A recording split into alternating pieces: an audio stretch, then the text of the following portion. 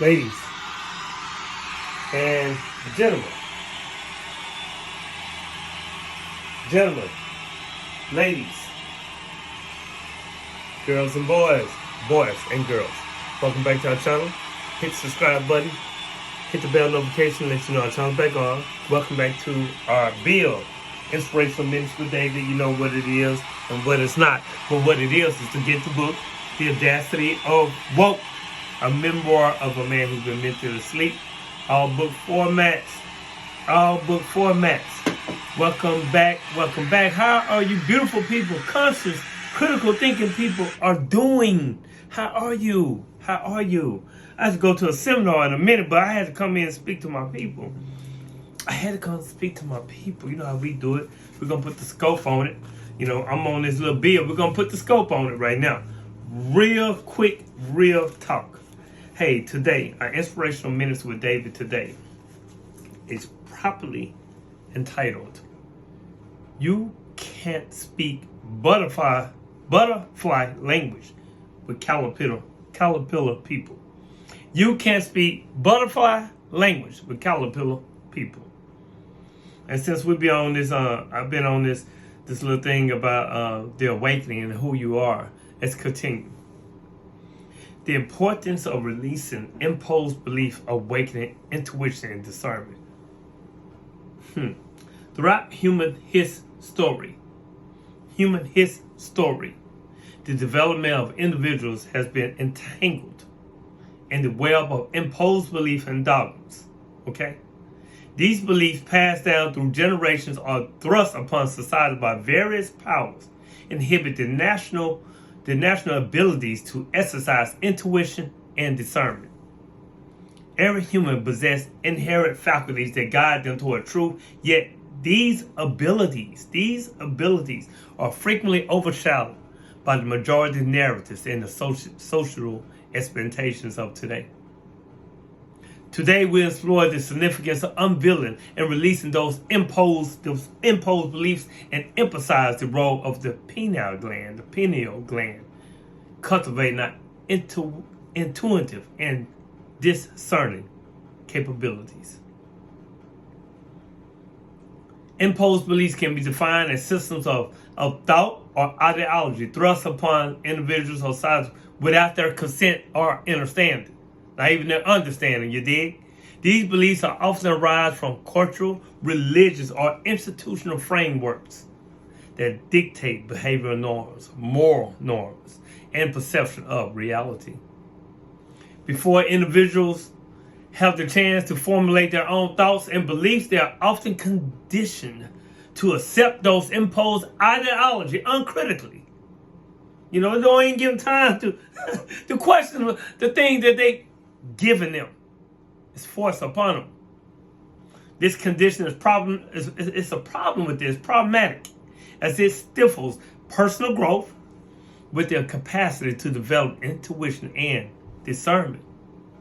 Intuition, the ability to understand something instinctively without the need for conscious reasoning, is often viewed as a mystical or spiritual gift.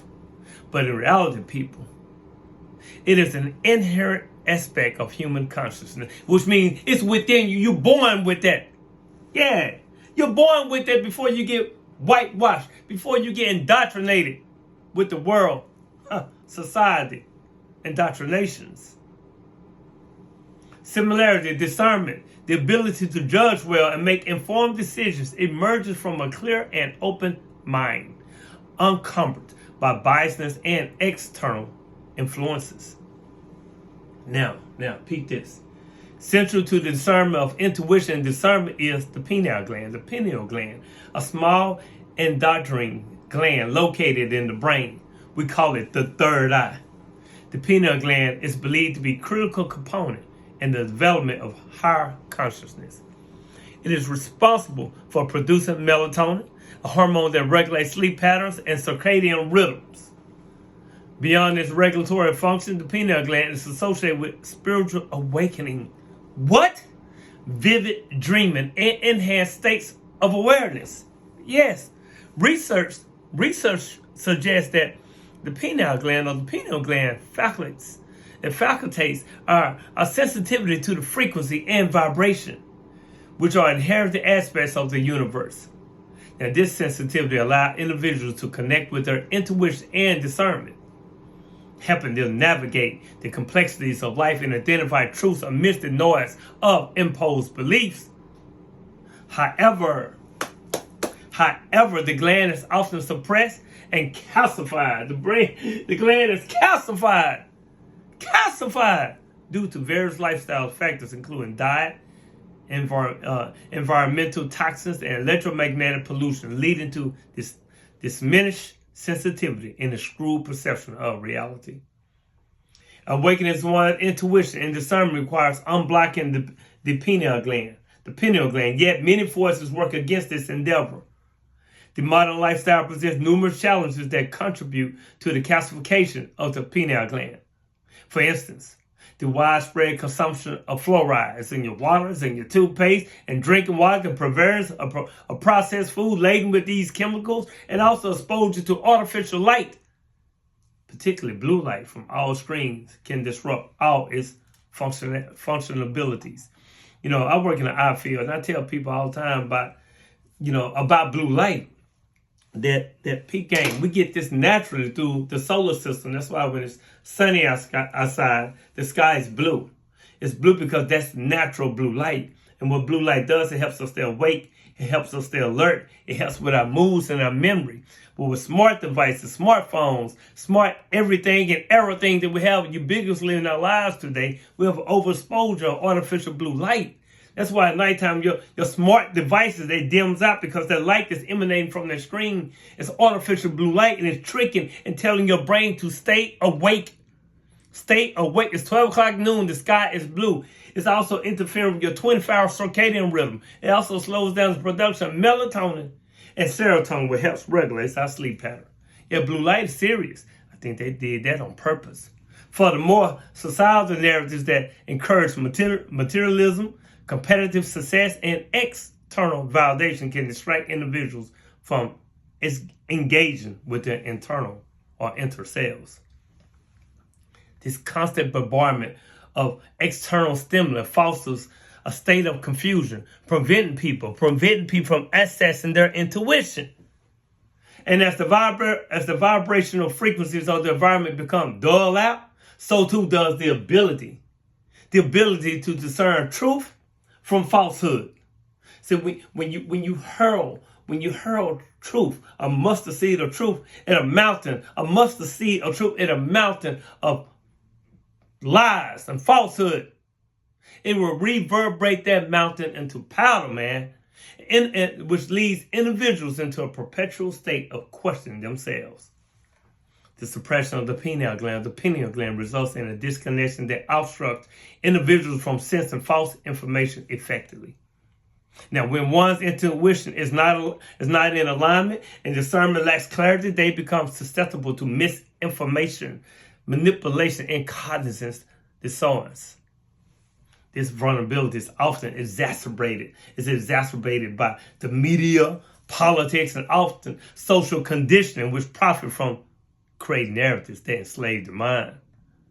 The result is a cycle where individuals continuously question their own perceptions and beliefs, leading to self-doubt and confusion.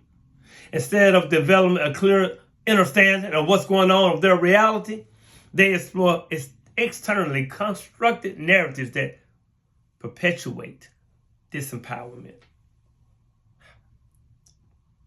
This process runs counter to the natural human inclination to seek truth and understand one's essence.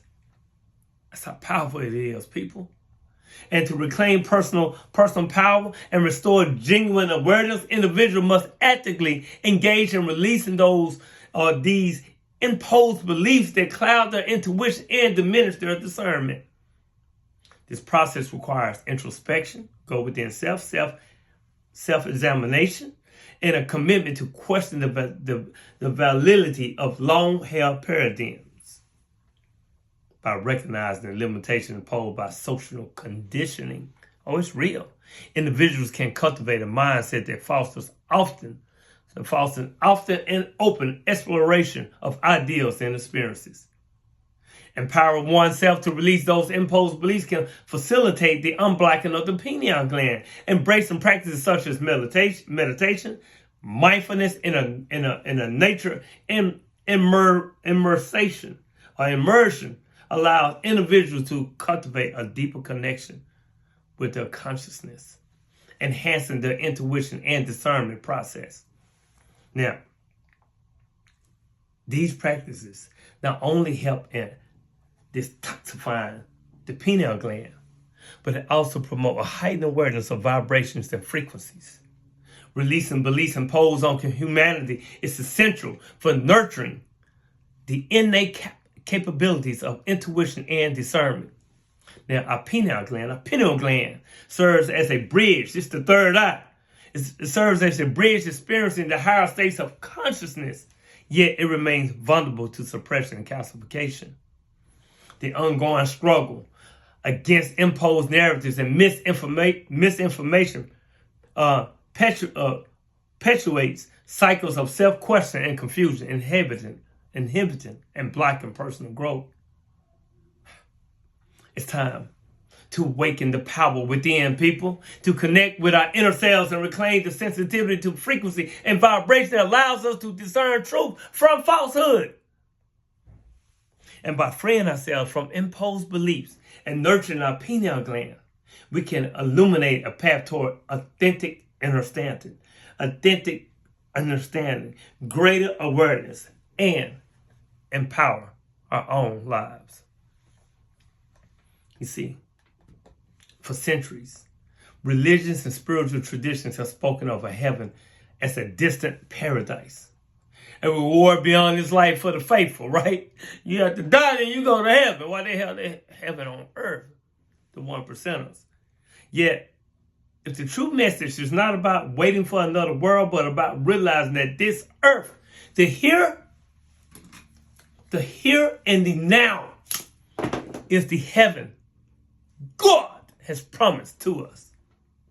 The idea that heaven is not a distant realm, but an achievable state within our physical existence aligns with ancient wisdom, mystical traditions, and the teachings of the Christ, who spoke of the kingdom of heaven as being within us.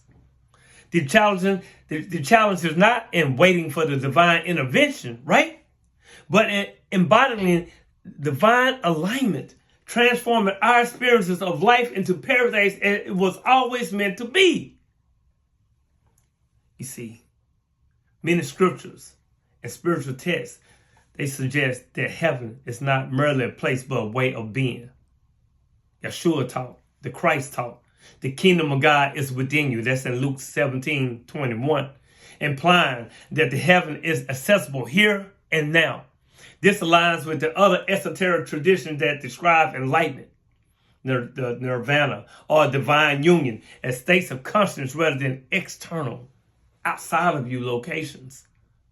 The promise of heaven is not about escaping this earth, but about transforming our perception and interaction with it. Heaven, therefore, is the full embodiment of our divine presence in every freaking moment of our physical lives. Now, to achieve this, we must shift from an external pursuit of salvation to an internal realization of alignment. Heaven is the experience of peace, fulfillment, and abundance that arises when we are in harmony with our divine principles. This state is not dictated by external conditions, but by our level of awareness, intention, and the participation and creation. There are going to be some obstacles, right? The obstacles to heaven on earth. The primary barrier to realizing heaven on earth is the condition that keeps humanity in separation, scarcity, and suffering.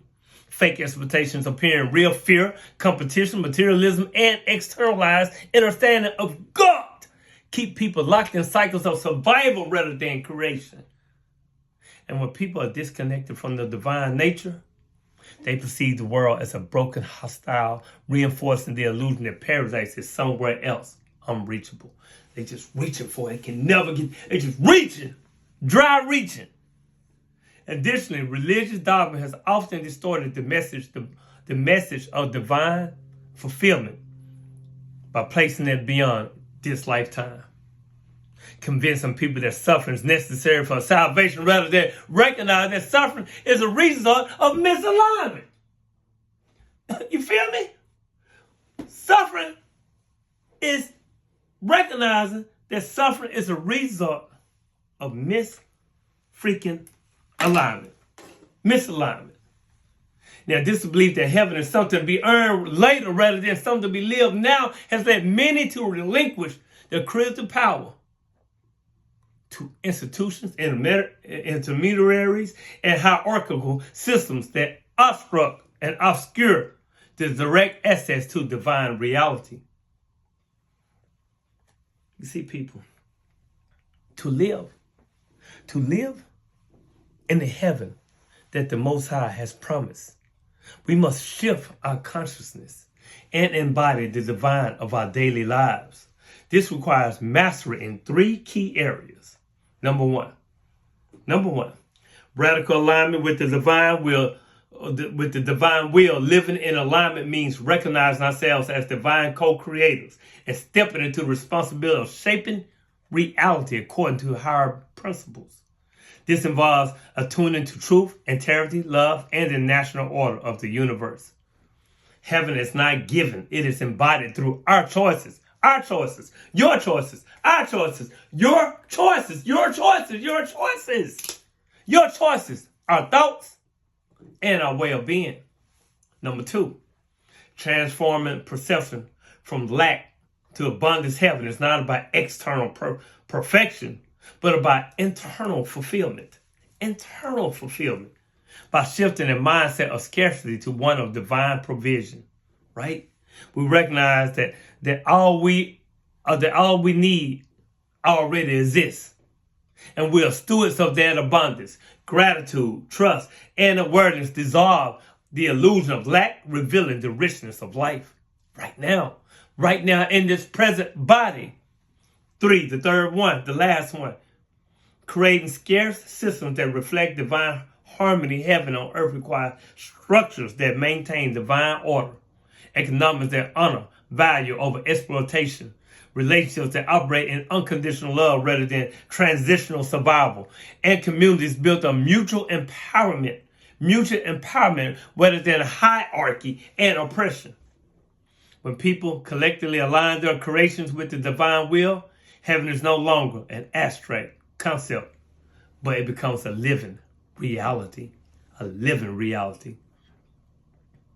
The final realization, I'm talking about this. Living as the divine human in human form, living as God in human form. The final realization of heaven on earth comes when we fully integrate our divine nature into our human existence. We were never meant to transcend physically, but to fully inhibit it as the Most High intended. Manifesting love, wisdom, and power through embodiment. The human experience, when fully aligned, is not a limitation, but a miracle, an opportunity to live as God and form, creating heaven through every breath that you take. Now, the fulfillment of God's promise is not in waiting for another world, but in the awakening to the truth that this world is already scarce.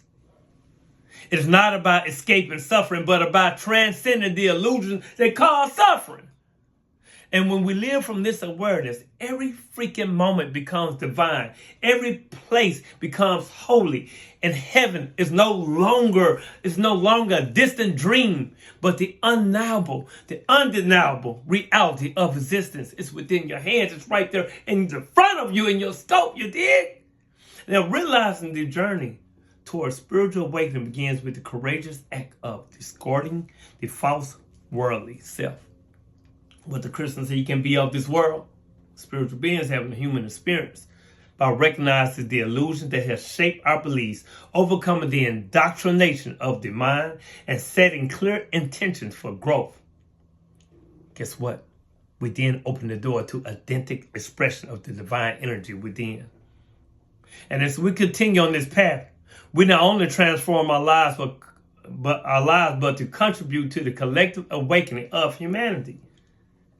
We be embracing our new selves. Embracing our new selves allows us to walk in harmony with our purpose and connect deeply with the energy that flows through all of existence. Wow. You see, in this journey,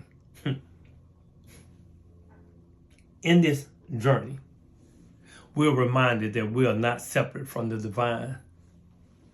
We are indeed a very integral part of it. Meditate that. Mull on that for a minute. I'm about to end, but let me tell you a little something. The story they didn't tell you about Yahshua, the story what people call Jesus, Yeshua, the story they didn't tell you about the Christ is, though, for those 17 years you didn't hear about, from when he was from 12 to we'll come back on the scene 33 or 30. Let's see, 12, that'd be 12, 22, 23, 24, 25, 6, 7, 8. So when he come back on the scene when he was 30, he was fighting demons. He was experiencing the same adversities as you and I, the adversaries that you and I been facing in this human body. And the reason they lead us out of his story, is to lead us to believe that our struggles are without purpose. It proposes that enlightenment is unavailable to us because we make mistakes, but don't be fooled, people. Don't be fooled. You see, damn it, Yahshua, the Christ, made mistakes too, and experienced adversity just like us. They present his story like this to make it unrelatable to the human experience, thus making alignment seem unreachable. I will tell you this. I'm going to leave you with this. Okay? Any belief that requires you to die first to get a better place, heaven, is obviously a fucking scam. Okay? I said that. I reiterate, any belief system that requires you to die first to get to a better place, heaven, is obviously a fucking scam. With that note, I love me because I love you. When you love you, you love me in return. The name of this bill, you can't talk butterfly talk to caterpillar people. No, there's no one like you. There's never been anyone like you. There should never be anyone like you. Therefore, know yourself, be yourself. Authenticity is the beginning stages of evolution. Get the book, The Audacity Woke, a memoir of a man who's been mentally asleep, by yours truly, David Butler. Performance. Thank you in advance. I'm in the middle. I'm halfway done with the second series to this book. It's called The Entanglement of Woke. So I worked on it yesterday, about 3-4 hours. Yeah, halfway done with it. So it's a continuing series of the Woke series and what I've been through and what I learned and where I'm at today in my life. I love you. I love you. In truth, I love you. Remember, we are one. We are one. Peace.